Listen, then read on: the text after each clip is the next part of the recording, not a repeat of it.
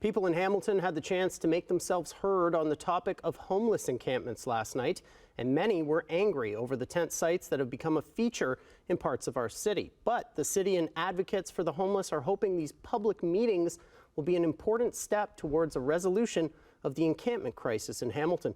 Al Sweeney reports.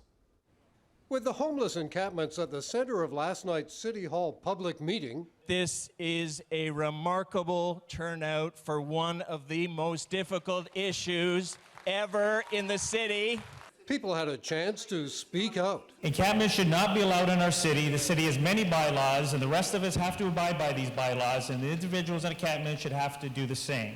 They're needle-ridden, they're dirty, people feel threatened when they try to walk past them. But the starting point for the city is that the people camping out have a right to housing. We do need to find a way to respect the rights of individuals who are currently in encampments. Jennifer Bonner, who works with the homeless, says she understands the neighborhood concerns, even fear, but the housing issue has to be dealt with. These camps aren't just popping up out here. There is a reason why that is happening. We all understand the root cause. We all know that housing is the priority, but we have to come up with some short-term solutions that fit every neighborhood. The city says about 165 people are living in tents in Hamilton. Others who work with the homeless say that number is higher, possibly 300.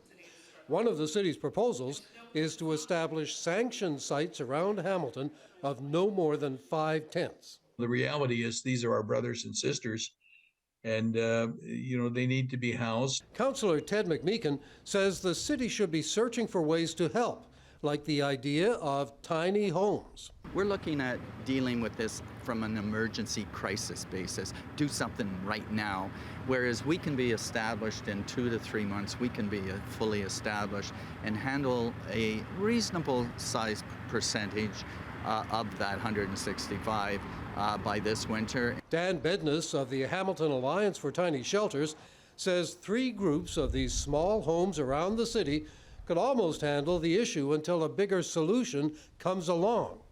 Carpenter Khalil Seavright built his version of tiny shelters for people in Toronto. For everyone that received one, overwhelmingly it was very positive.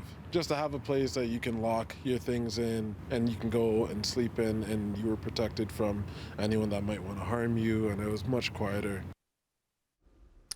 So another meeting to get the public's views on the encampments will be held next week. And while Hamilton is searching for a solution and a way to help the people in the encampments, at least one other city is looking at a different approach. The city of Barrie is proposing to make it illegal to help anyone who's homeless on public property by giving them anything like food, warm clothing, or a tent.